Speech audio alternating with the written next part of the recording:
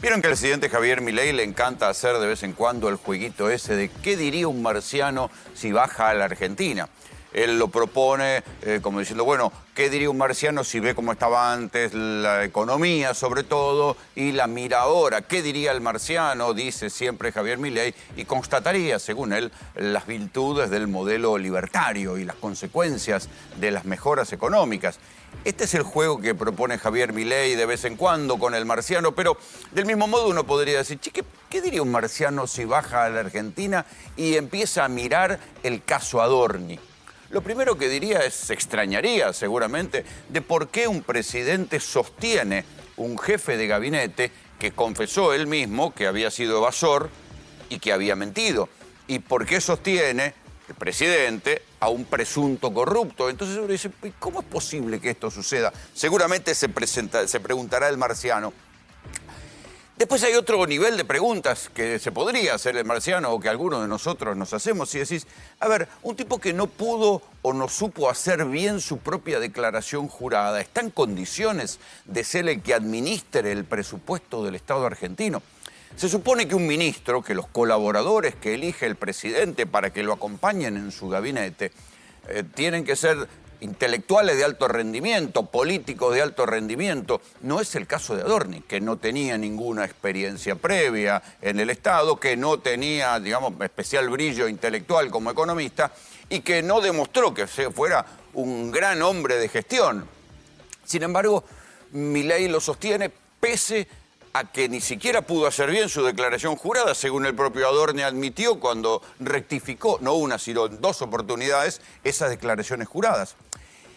Y después la otra parte que uno también puede preguntarse, o en todo caso seguramente el marciano se lo preguntaría, porque es una pregunta de sentido común, acá y en Marte, que decir, a ver, ¿y un presidente puede conservar a un jefe de gabinete que es un mentiroso confeso? ¿Cómo se le puede creer? Bueno, esta es una de las cosas que se están preguntando en el Congreso y por eso lo quieren citar a Adorni a una interpelación, que esa misma interpelación se puede convertir en una votación y esa votación convertirse en una moción de censura, pese a que el presidente está haciendo trascender, no oficialmente, pero sino a través de algunos voceros oficiosos, que aún si aplicaran la moción de censura para echar a Adorni, él cumpliría con la moción de censura, pero después lo volvería a nombrar. Así de rara está la cosa, ni me quiero imaginar cómo se pondría el marciano si viera semejante espectáculo en la Tierra. El problema no es la corrupción, en todo caso sí, la corrupción es un problema, lo contamos todos los fines de semana, acá cuando viene Raúl Timerman con sus estadísticas y las preocupaciones de los argentinos, y figura al tope de las preocupaciones, junto con la sumatoria de todas las preocupaciones económicas, figura la corrupción. La corrupción es un problema en el sistema político. También hay que entender que la corrupción es transversal. ¿Sí? El problema es qué hace cada gobierno con los corruptos. ¿Sí? Durante mucho tiempo el kirchnerismo protegió a los tipos que después terminaron siendo corruptos. El mejor caso es José López. José López, el señor que tiraba los 10 millones de dólares de los bolsos en el convento, no había nacido de un repollo. Venía desde Santa Cruz con los Kirchner y los acompañó durante 12 años y recién ahí se descubrieron cómo le gustaba la guita a José López. Y esta semana se conocieron videos donde se ve a Jessica Sirio supuestamente contando muchos dólares que tienen que ver con la fortuna personal de Martín Insaurralde. Pero ahí fíjense la diferencia. El gobernador de la provincia de Buenos Aires, Axel Kicillof, cuando se enteró de la foto de Insaurralde en el yate con una señorita que luego reconoció que era acompañante, que cobraba por ser acompañante, lo echó de inmediato. Y Kicillof contó, dijo, bueno, ni siquiera me había dicho que se iba, lo echó de inmediato, que no es lo que está haciendo el presidente Javier Milei. Entonces, ambos eran jefes de gabinete. Insaurralde era el jefe de gabinete de Kicillof en provincia de Buenos Aires y Adorni es el jefe de gabinete de Milei. Kicillof lo echó en el día, Milei no lo echó, lo protege. Ambos fueron a la justicia. La causa de Insaurralde duerme en algún lugar de los cajones de la justicia federal de la provincia de Buenos Aires, pese a lo que siempre se intuyó, que él no había llegado al Mediterráneo producto de una invitación que nunca pudo aclarar. ¿Sí? Se fue, se cayó la boca y se corrió a un costado. Ahora seguramente la causa volverá a tomar estado público por el video que se difundió de Jessica Sirio, donde la propia Jessica Sirio dice, bueno, vulneraron mi teléfono, no deja claro si el video, la plata es de Insaurralde o es de ella, en fin, eso seguirá por otro lado. El dato político que el marciano podrá constatar es que Kicillof a Insaurralde lo echó en el día. Ahí, ojo, porque hay que pensar que ahí empezaron las peleas entre Kicillof y la Cámpora, porque acuérdense que como habían perdido la elección en Provincia de Buenos Aires, fue la Cámpora la que, producto de un acuerdo con Martín Insaurralde, lo promovió a Insaurralde como jefe de gabinete y Kicillof después lo tuvo que echar. Acá lo raro, lo que ni el marciano ni cualquiera de los columnistas políticos que escriben en los portales todos los domingos entienden es por qué el presidente Javier Milei sostiene a un jefe de gabinete que es evasor confeso, mentiroso confeso y presunto corrupto. Nadie lo entiende. Mientras tanto, Adorni, gastador compulsivo, sigue dando de esos detalles, porque claro, el diablo anda en los detalles, muchachos. Entonces, esta semana se supo que una asistente directa de Adorni, empleada en la jefatura de gabinete, había comprado sábanas carísimas, de esas sábanas de hilo egipcio, por 8 millones de mangos. 8 millones de mangos los había pagado con su tarjeta y se presume que eran para la casa de Adorni, porque no da para pensar que la señora, que es una empleada pública, en definitiva, tuviera semejante cantidad de dinero para gastarse 8 millones de mangos en sábanas, ¿sí? En el caso de los Adorni, bueno, ya se sabe, tienen 2 casas nuevas. Han pagado todos los muebles en efectivo y ahí querían poner lindas sábanas de algodón egipcio. Bien. El otro detalle de color, pero que también habla del nivel de ostentación y de gasto que cometía Adorni, es que, lo contó Romina Mangel el viernes en Radio Con Vos, que Adorni había comprado, esto se sabe a través de los gastos de las tarjetas, un flipper retro de los Locos Adams. ¿Sí? ¿Quién no quiere tener un flipper retro de los Locos Adams? ¿Sí? Y ahí está. Y usado cuesta 14 millones de mangos. O sea que está bien el negocio de ir a buscar flipper retro para venderlos a 14 millones de mangos. El problema no es el que lo vende, sino el que los paga. La verdad, hay que tener 14 millones de mangos para gastarse en un flipper. O sea, le debe sobrar la plata a Adorni. Pero también hay que reconocer que esto era público. Adorni siempre admitió que a él le encanta la tecnología retro. Vean esto, por ejemplo, se lo confesó a Marcelo Grandío. Acuérdense quién es Marcelo Grandío. Marcelo Grandío es el señor que también es contradictorio, porque Marcelo Grandío dice que él pagó el vuelo a Punta del Este y ahí está la factura de la empresa Imhouse de este señor, de Marcelo Grandío. Pero Adorni dice que no, que lo pagó él de su bolsillo. Jaque mate, si lo pagó él de su bolsillo, no tiene de dónde demostrar que sacó la plata, salvo que creamos la historia esa mítica de la caja de zapatos del padre, del Bitcoin que había perdido, el pendrive y todo eso. Ahora vamos a ver qué opina la justicia, todo eso. Pero, por otro lado, si la pagó Adorni, no puede justificar la plata. Y si la pagó Marcelo Grandío, es dádiva. Pero vean en la entrevista que dio Adorni con Marcelo Grandío, cómo nos enteramos de la devoción de Adorni por los aparatos tecnológicos retro. Yo te quería mostrar algo que preparó la producción. ¿Te Dale, parece? Vamos a dale. verlo. Drean Commodore 64, la administración de su empresa. Ahora con Drean Commodore 64. La computadora personal más vendida del mundo. Qué lindo recuerdo. Qué lindo recuerdo. Bueno, Sí, fue mi desde- infancia, ¿no?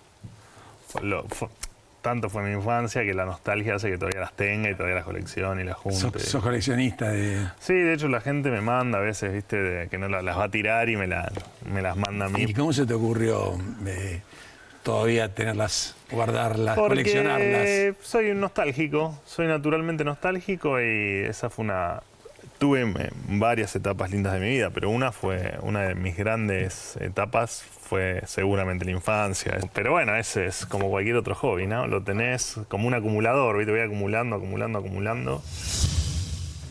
Bueno, acumulando. Si uno tiene 14 millones de mangos, ¿por qué no va a acumular un flipper de los Locos Adams? Ahí está. Si lo quieren jugar, pueden ir a lo de Adorni y le piden jugar unos pichines al flipper de los Locos Adams. Estas son las cosas que se conocieron chiquititas. ¿Sí? Insisto, la causa de Adorni se entiende sobre todo porque los detalles son absolutamente grotescos.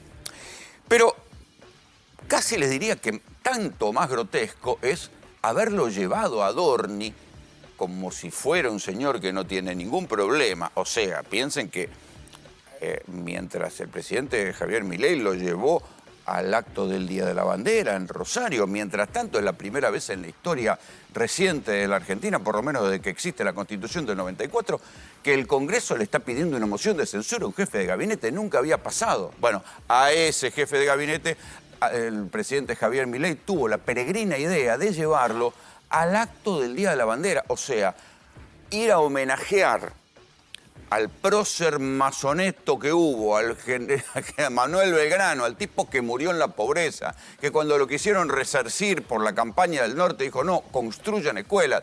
El patriota que murió en la pobreza lo llevaron al jefe de gabinete, presunto corrupto, evasor, confeso y mentiroso, a que le rindiera homenaje. ¿Quién se burló de esto? Hasta Victoria Villarroel, la vicepresidente, que precisamente por su simpatía con el general Videla, no es lo que podamos decir, que es una demócrata de la primera hora. Escuchen lo que dijo la vicepresidenta.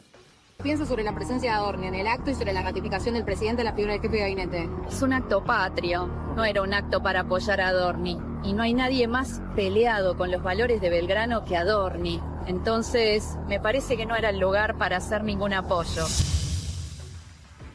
Bueno, en cualquier caso, pasan los días, Adorni presentó la declaración jurada, el fiscal Gerardo Policita no se muestra muy convencido con la declaración jurada de Adorni, mandó investigar los movimientos en la Comisión Nacional de Valores, a ver si es verdad el milagro Bitcoin. ¿Será que entre los objetos tecnológicos vintage tenía guardado el pendrive con los Bitcoin, con los supuestos $500.000?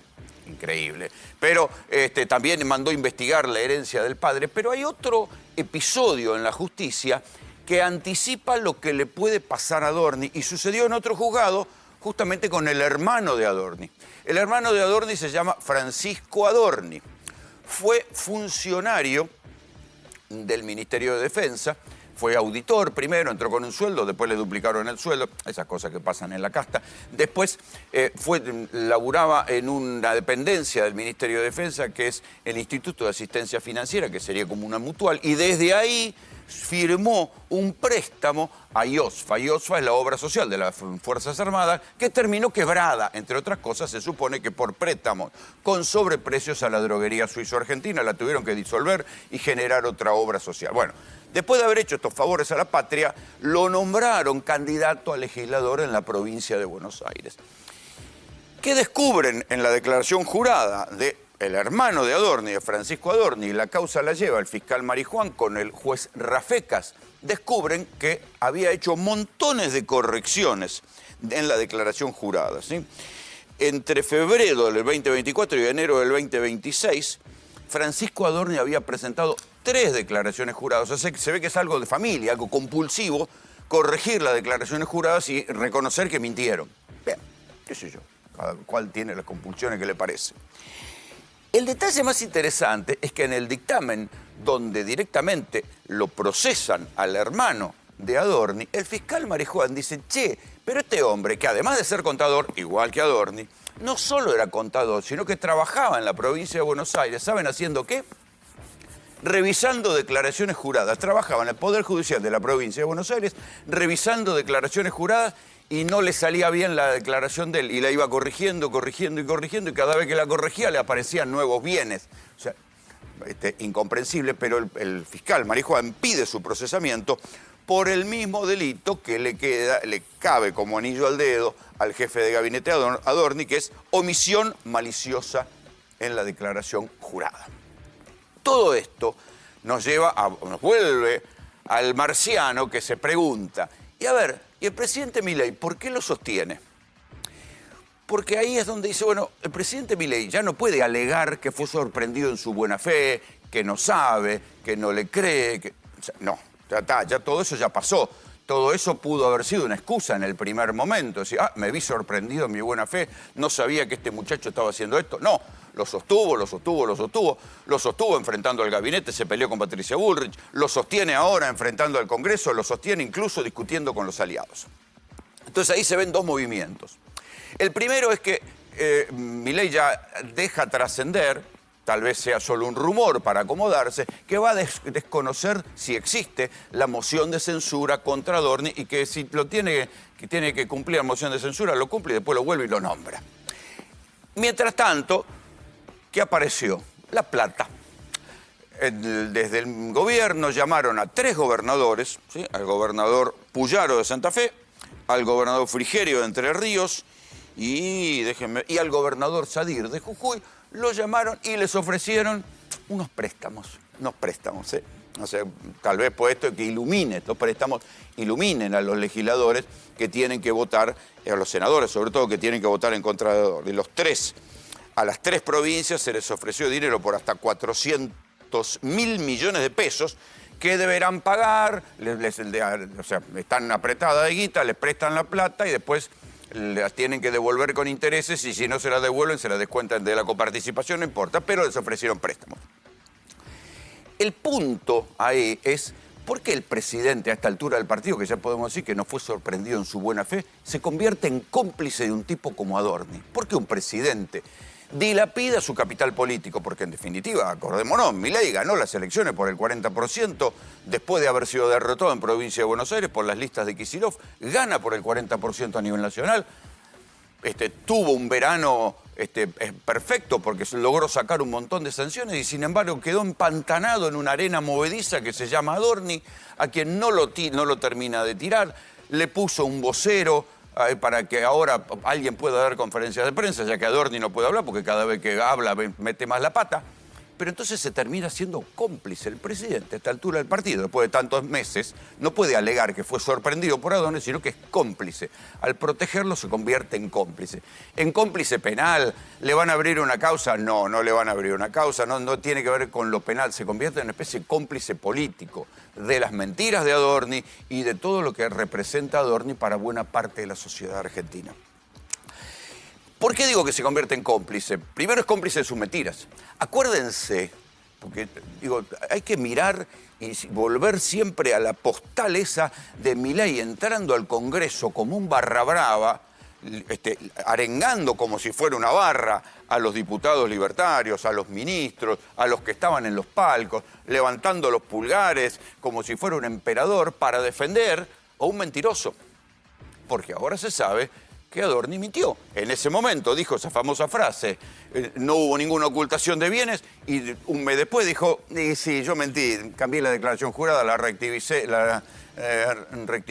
fue un error, pido perdón, y quiso dar vuelta a la página. Esto es lo que lo coloca ahora al borde de una interpelación. Pero el presidente fue a aplaudir un mentiroso. No solo fue a aplaudir un mentiroso, a la entrada y a la salida trató de corruptos y de mentirosos a los mobileros que estaban ahí intentando hacerle una pregunta. Entonces, este es el nivel de irrealidad o de trastocamiento de las verdades que tiene el presidente de la Nación. Protege a un mentiroso porque es su mentiroso y putea a los periodistas porque dicen que el mentiroso es un mentiroso. Raro. Después de eso, se supo también que Adorni había mentido cuando dijo que le habían... O sea, Adorni dijo, no, yo no le mostré los papeles. Y Milei había dicho, sí, yo ya vi los papeles. Y viene el otro punto. ¿Por qué el presidente se convierte en cómplice de un mentiroso? ¿Y por qué le cree a un mentiroso? ¿Cómo se le puede creer a un tipo que le mintió al Congreso? ¿Por qué no pensar que le está mintiendo también al presidente? No se sabe. Después vienen las elucubraciones, si es por los sobresueldos que supuestamente paga el gobierno, si es por lo que sabe en la causa Libra, si es porque Adorni, como empezó a especularse también en algún lugar del Congreso, dijo que evaluaba convertirse en arrepentido. Y ese puede ser un motivo interesante. Fíjense que cada uno de los que amenazó con convertirse en arrepentido no le pasó nada. Diego Españolo echó a correr la versión de que se iba a convertir en arrepentido en la causa Andís, donde él figura como el jefe de una asociación ilícita destinada a robar la plata de los discapacitados para quedársela como coimas a manera de sobreprecios que pagaban los laboratorios y las ortopedias. No pasó más nada en la causa quedó congelada. Fíjense, Mauricio Novelli, uno de los arquitectos de la criptoestafa Libra, que hablaba con Milei hasta minutos antes de que Milei publicara un contrato que decía que lo había encontrado en Internet, pero no lo había encontrado en Internet. Nunca lo citaron en indagatoria Novelli porque el fiscal Tayano sigue durmiendo del mismo modo que duerme el expediente de la causa Libra. O sea que parece que el negocio es para que Milei no te suelte la mano, es decir, estoy estudiando convertirme en arrepentido. ¿Será por eso que lo sigue protegiendo Adorni? Sigue siendo absolutamente incomprensible. En cualquier caso, lo que uno puede decir es que el marciano, si vino acá y vio todo esto, dijo, muchachos, mejor me tomo el plato volador y me voy a ver el Mundial de Fútbol a Marte. Bienvenidos. Esto es GPS.